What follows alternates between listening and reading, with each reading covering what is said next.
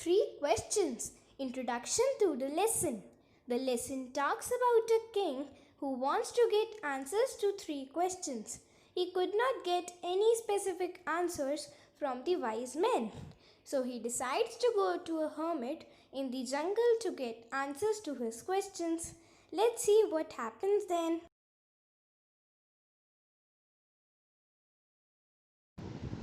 The thought came to a certain king that he would never fail if he knew 3 things. These 3 things were: what is the right time to begin something? Which people should he listen to? What is the most important thing for him to do? It once occurred to a king that if he always knew the right time to start everything, if he knew who were the right people to listen to and whom to avoid, and if he always knew what was the most important thing to do, he would never fail in his life. The king therefore sent messengers throughout his kingdom, promising a large sum of money to anyone who would answer these 3 questions. Many wise men came to the king, but they all answered his questions differently.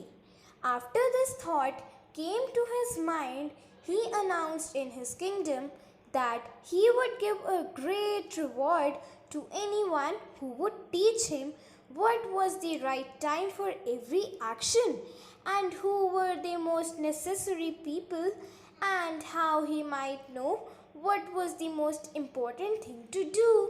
Many wise men came to the king, but they all gave different answers. In reply to the first question, some said the king must prepare a timetable and then follow it strictly. Only in this way, they said, could he do everything at its proper time. Others said that it was impossible to decide in advance the right time for doing something. The king should notice all that was going on, avoid foolish pleasures, and always do whatever seemed necessary at that time. Yet others said that the king needed a council of wise men who would help him act at the proper time. This was because one man would find it impossible to decide correctly without help from others the right time for every action. In reply to the first question, some said that in order to know the right time for every action, one must draw a table of days, months, and years in advance and must live strictly according to it. Only then everything could be done at its proper time. Others said that it was impossible to decide in advance the right time for every action, but one should always pay attention to everything that was going on and then do what was the most important.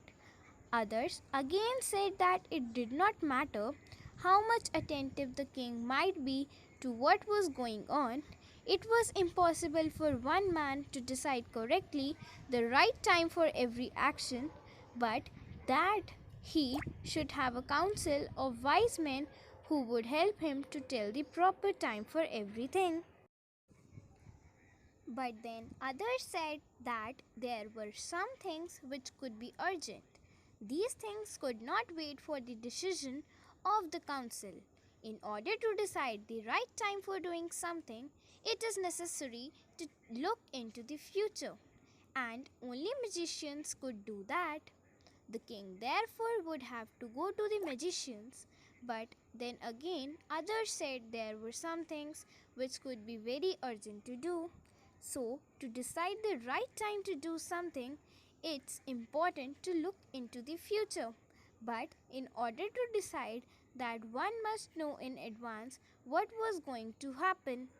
It is only magicians who know that, and therefore, in order to know the right time for every action, one must consult magicians.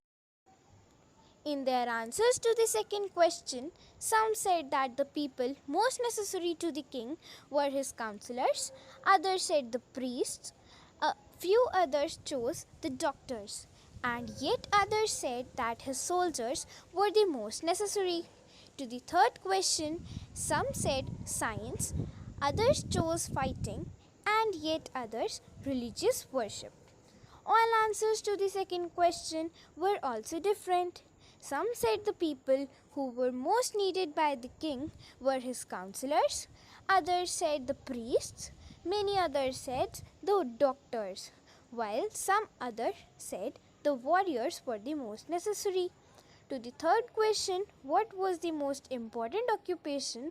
Some replied that the most important thing in the world was science. Others said it was fighting, and some others said that it was religious worship. As the answers to his questions were so different, the king was not satisfied and gave no reward.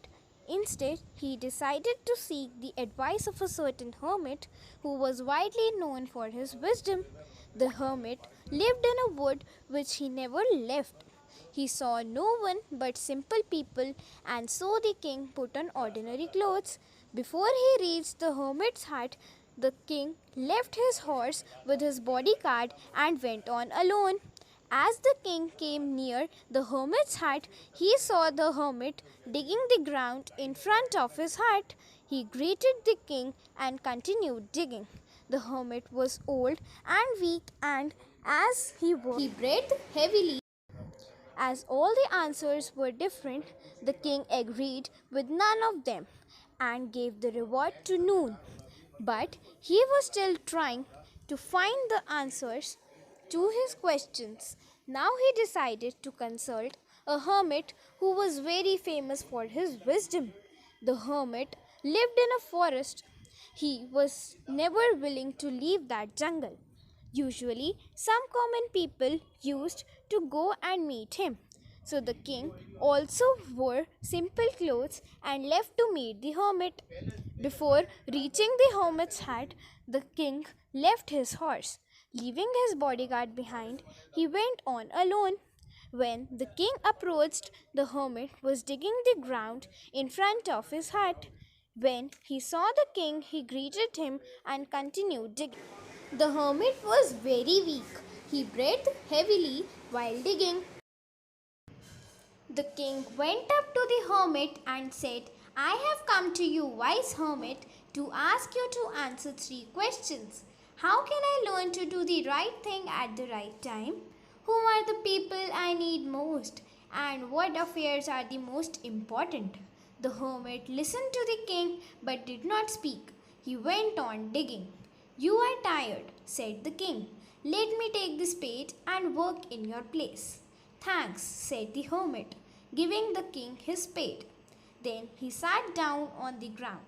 When the king had dug 2 beds, he stopped and repeated his questions.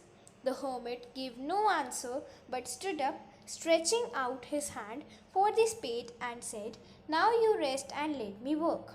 The king went up to him and said, I have come to you, wise hermit, to ask you to answer 3 questions. How can I learn to do the right thing at the right time? Who are the people I most need, and to whom should I therefore pay more attention than to the rest? And what affairs are the most important and need my first attention? The hermit listened to the king but did not answer. He continued digging. The king said, You are tired. Let me take the spade and work with you. Thanks, said the hermit, and giving the spade to the king, he sat down on the ground. When he had dug 2 beds, the king stopped and repeated his questions. The hermit gave no answer but stood up. He stretched out his hands for the spade and said, Now rest for some time and let me work a bit.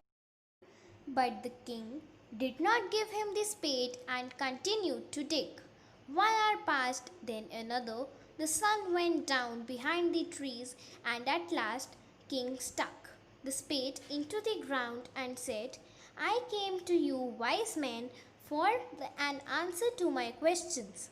If you can give me answer, tell me, so and I will return home.